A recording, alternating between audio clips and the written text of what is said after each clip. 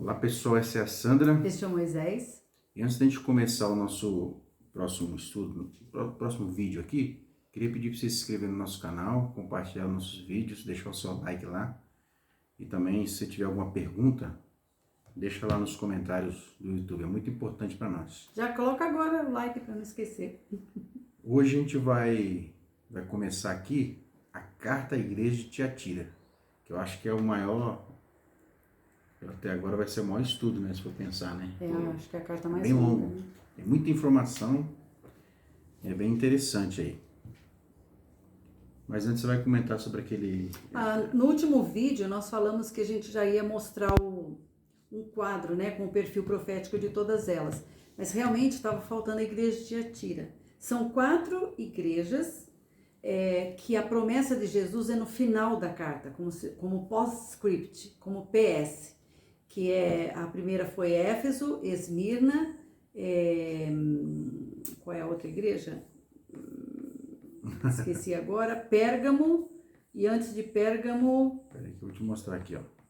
Então, Éfeso, Esmirna, Pérgamo e Tiatira. Então, estava faltando Tiatira. Depois dessas 4, nós vamos mostrar esse quadro profético, porque aí vem outras 3 igrejas cuja promessa de Jesus está dentro do corpo da igreja. E por que isso é importante? Por que Jesus fez essa divisão aqui? Nós entendemos que tem a ver com as igrejas dos finais dos tempos.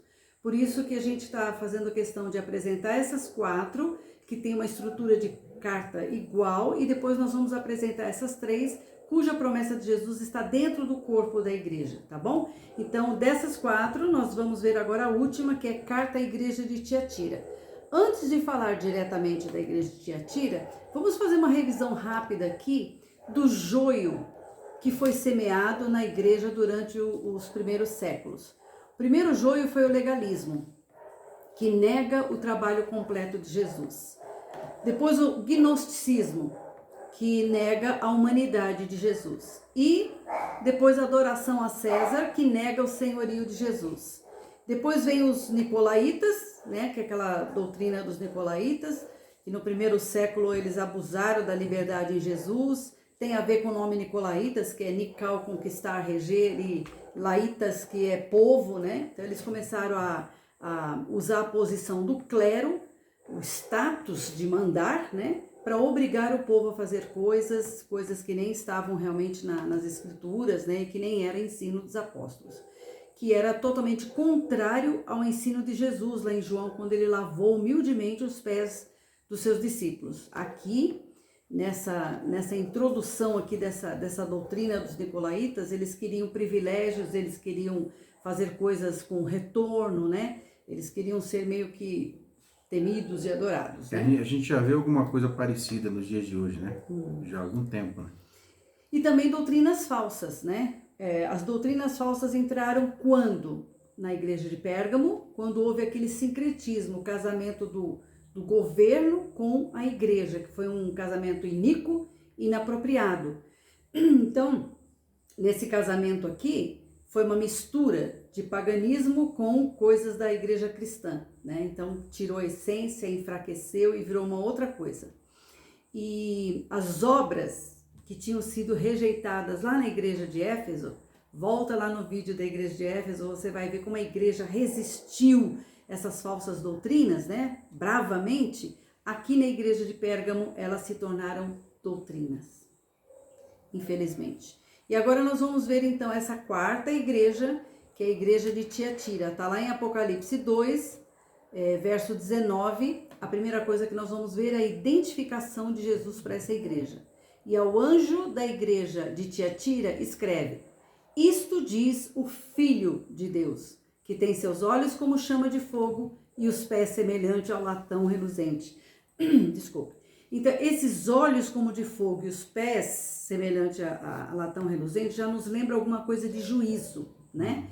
Porque o latão era usado para representar onde queima, né, o pecado. Não sei se vocês lembram daquela cobra que Moisés levantou no deserto, era num latão reluzente, né, que pregou numa estaca, e todo mundo que olhava para aquela cruz era curado das mordidas de serpentes no deserto, né? E era aquela alusão a Jesus. Então, esse título de Jesus na carta, o Filho de Deus, ele se identifica como Filho de Deus, e é o único lugar no livro de Apocalipse que ele se identifica assim, né?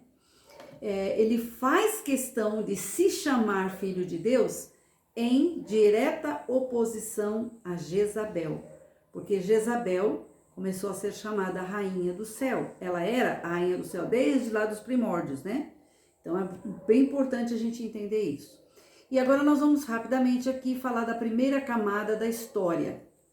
Lembra que nós estamos estudando como uma cebola, tira a primeira camada, depois vai tirando a segunda, a terceira. Então a primeira camada de entendimento é a gente entender mais ou menos a história dessa igreja. Então, qual é o significado desse nome Tiatira? Ela vem da palavra filha. Porém, a chave aqui para indicar uma ligação espiritual com o que Jesus quer transmitir, não é esse nome da cidade, mas é um nome anterior a esse, tá? O nome anterior a esse era Semíramis. Quem era Semíramis? Ela era a consorte de Nimrod. Vocês lembram de Nimrod? Lá em Gênesis, é aquele gigante que pegava um monte de leão com os braços, era um valente, matador de leão, né? Um matador de leão, né? Valente caçador e tal e tal. E ele, a gente acredita mesmo, né, que pela estatura dele, pela força dele, ele era um resultado de filho de anjos caídos com seres humanos, né, um Nephilim. E então, Nimrod com Semíramis tiveram um filho chamado Tamus. Veja bem, esses três, eles são o próprio fundamento de toda a religião da Babilônia, tá?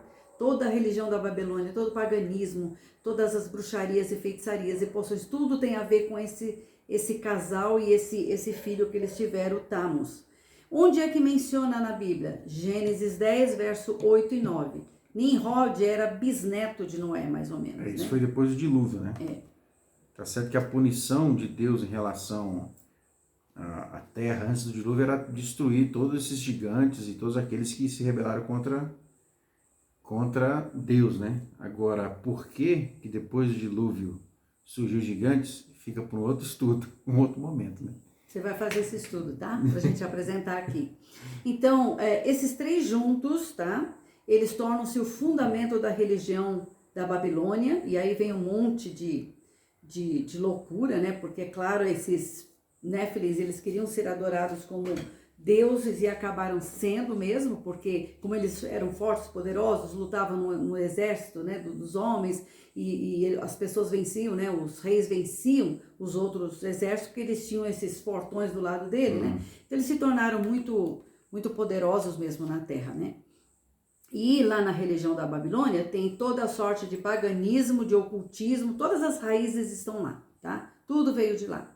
E essa cidade de Tiatira, ela era da região da Lídia.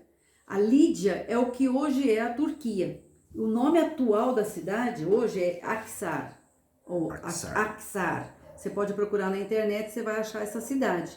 Então a cidade Aksar hoje, né, que é esse nome, já teve o nome de Tiatira e antes tinha o nome de Semíramis, ok? E Semíramis é um nome importante para nós aqui por causa do que ela significa, né? Bom, essa cidade foi tomada pelos persas, depois por Alexandre o Grande, e finalmente ela acabou ficando com um dos 4 generais de Alexandre o Grande, que eram Lisímacos. E no ano 301 antes de Cristo, a cidade foi derrotada por um outro, né, rei chamado Seleuco I.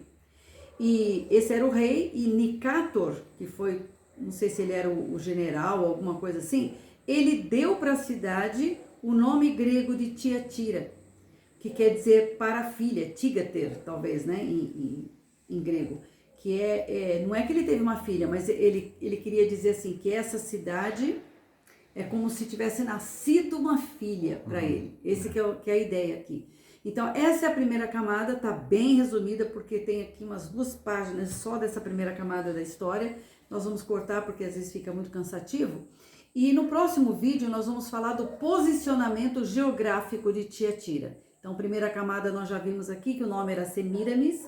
Semíramis, esposa de ai meu Deus, Nimrod, Nimrod era aquele filho de anjo caído com as filhas dos homens, né? E eles são, com o filho Tammuz, são o fundamento da religião da Babilônia. Então, até o próximo vídeo. Deus abençoe, pessoal.